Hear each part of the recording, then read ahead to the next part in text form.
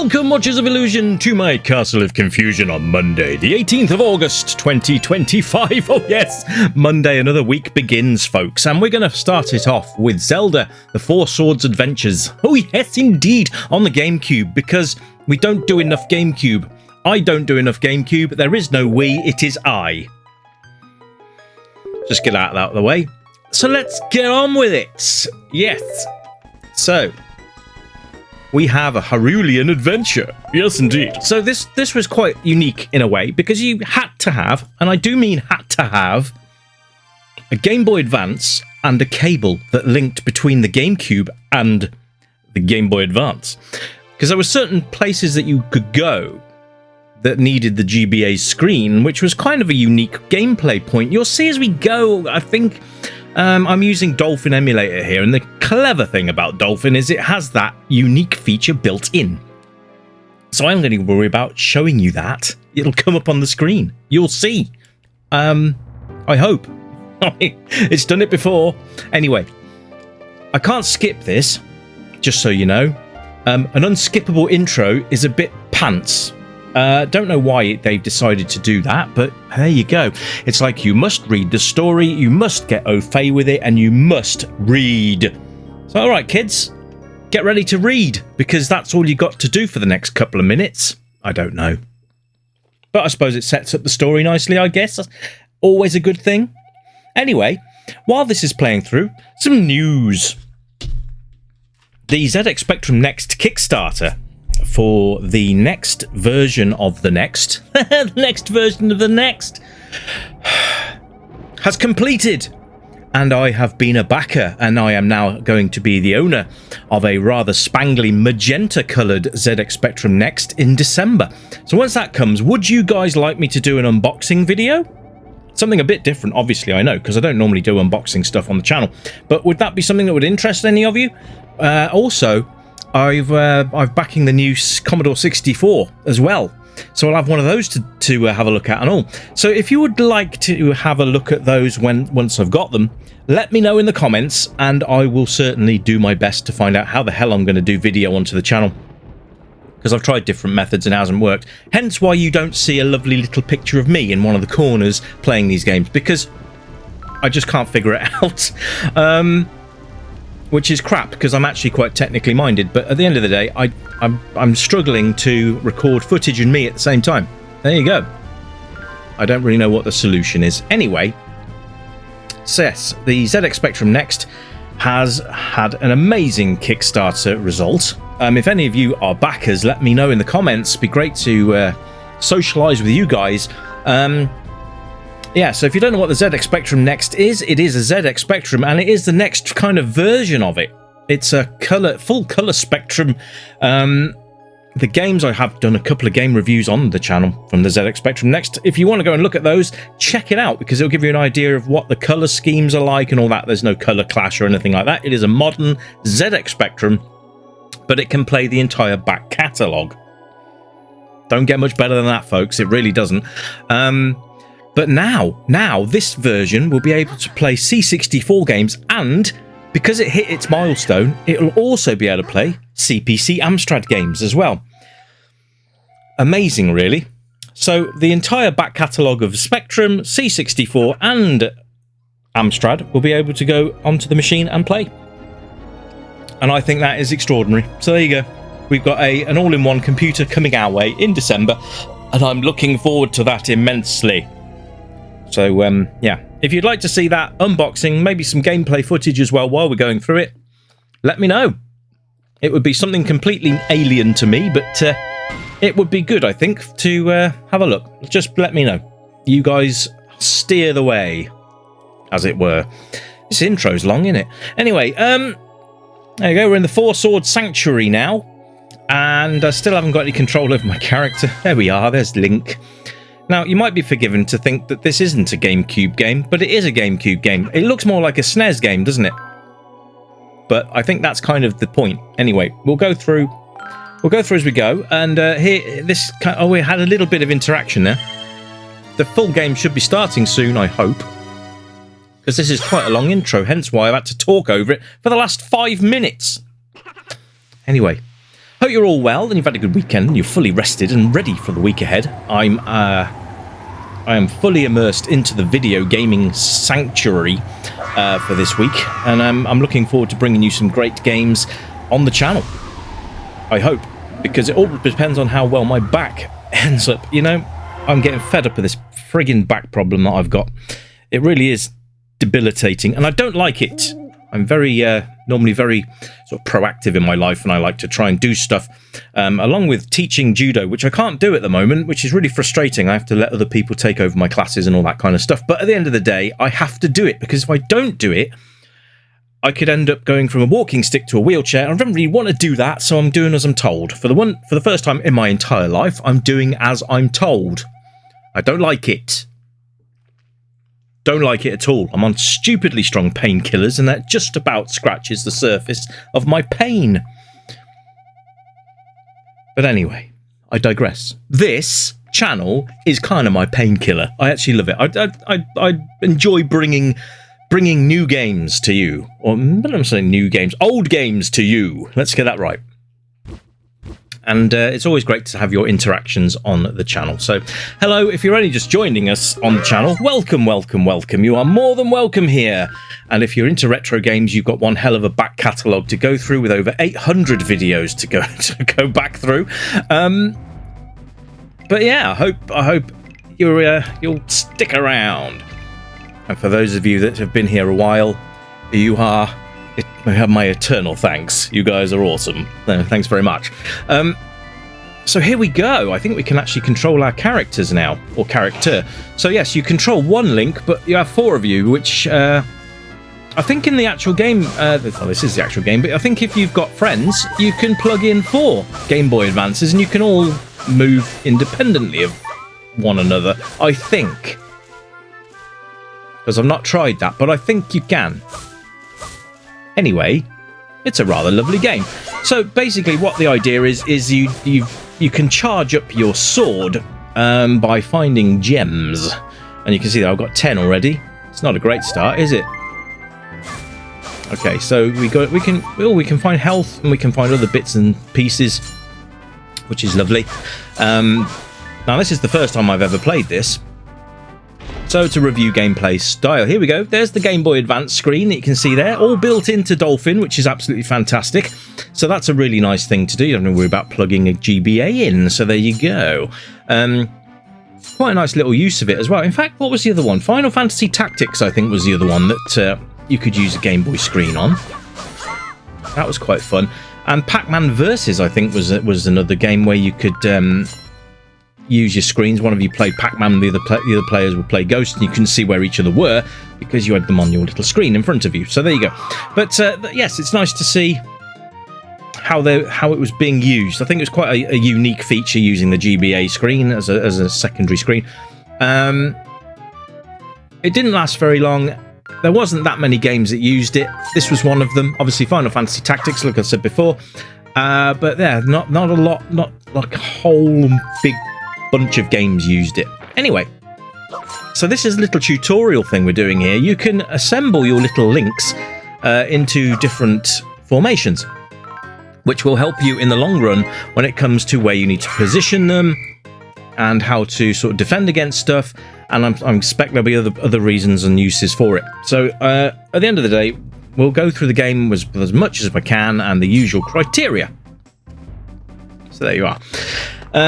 But yeah, quite a nice little use of the GBA screen there, and yeah, uniqueness. We like that.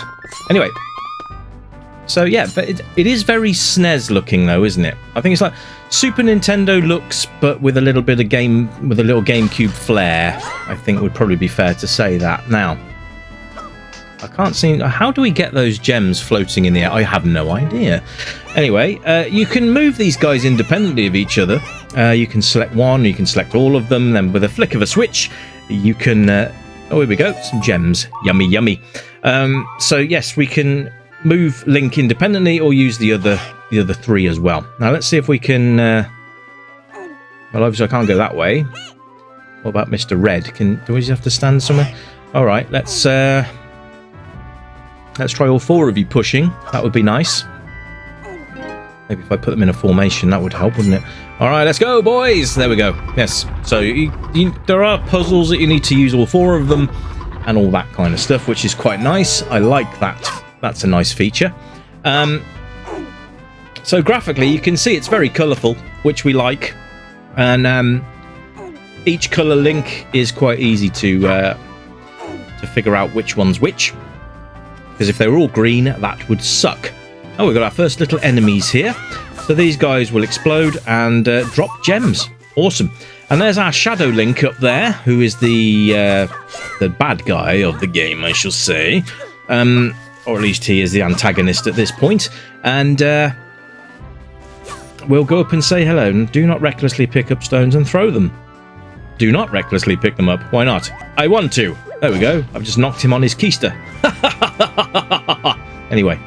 We can get to this cave now because we've moved that out of the way. Wicked. So you can see how the GBA screen works. You can see there that we need a formation because it's actually shown on the... there we go. So formations will also unlock areas as well. So we've got boomerangs, which is cool. Boomerangs can stun enemies, obviously. I just read it there. But you can also pick items up with it as well. So there you go. We can chuck that around to our heart's content and have some fun. Now you can see everything's really nicely coloured here. We've got a lot of nice things, like the grass is lovely and green. We've got trees. We've got all this stuff. Let's go and... Can we... Oh. Right, so he's just going to jump backwards and forwards. So there's something I've probably got to find here. There's a key.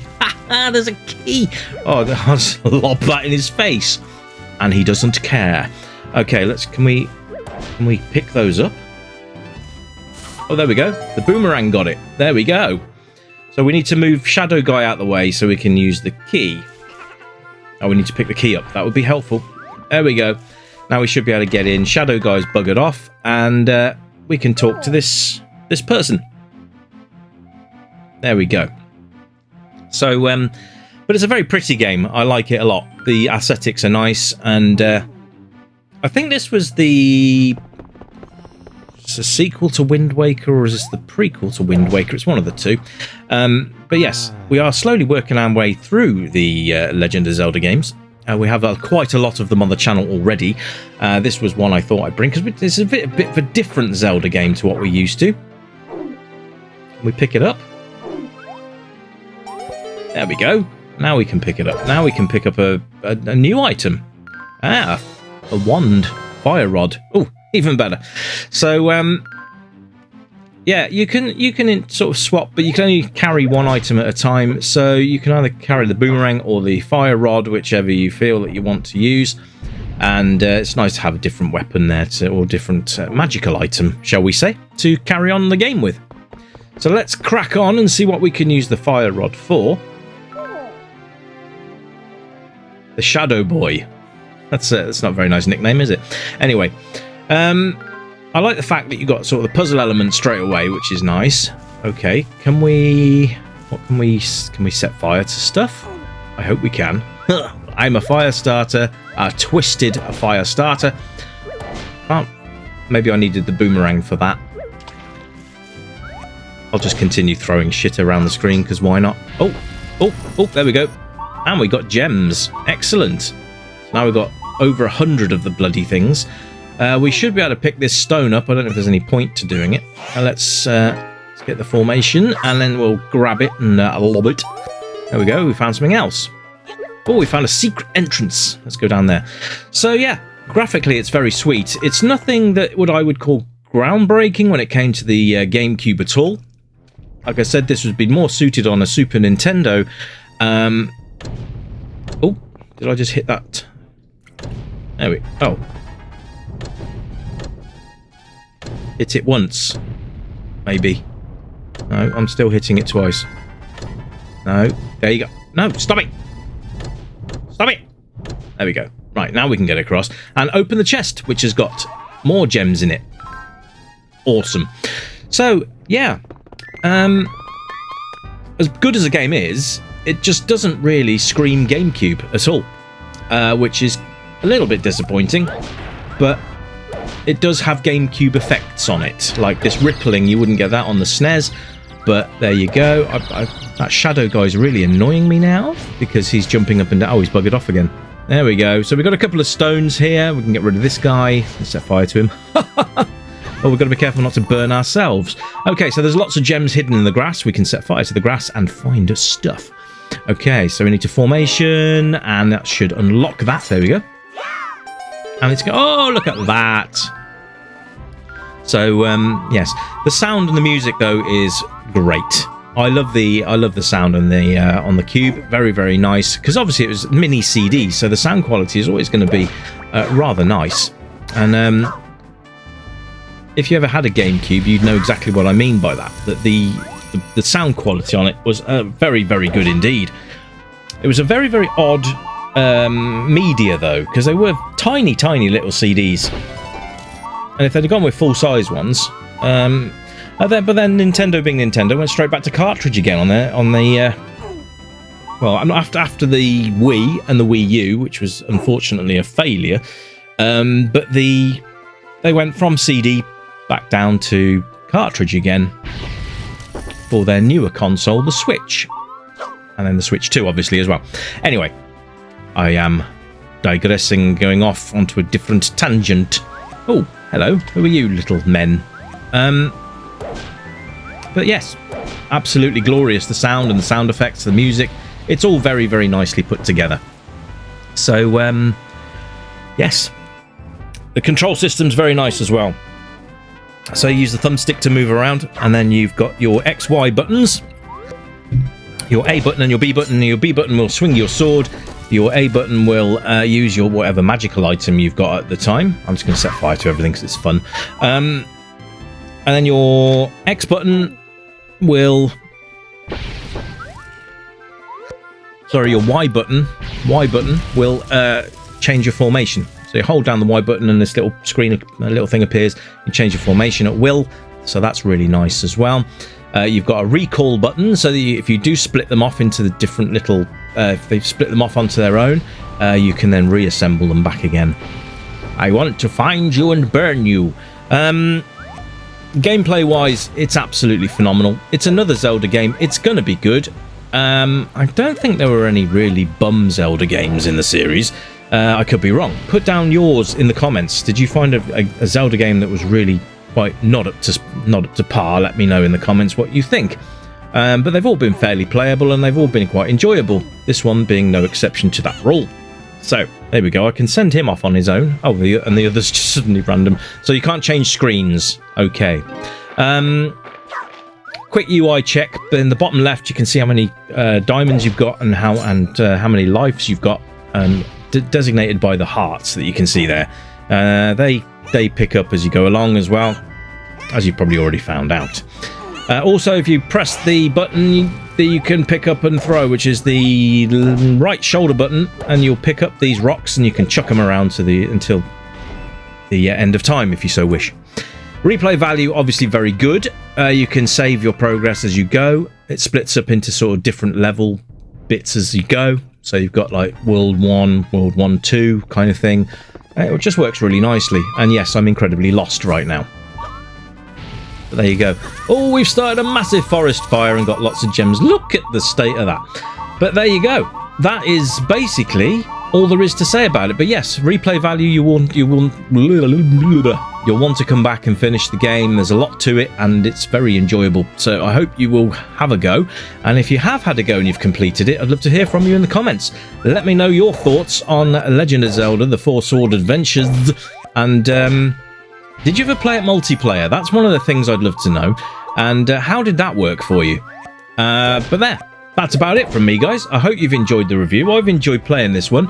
It does have its flaws, obviously being a more of a SNES type graphic, but at the end of the day, not everything's about the graphics. So it's still a high scorer, just not a 10 out of 10. Not for me anyway.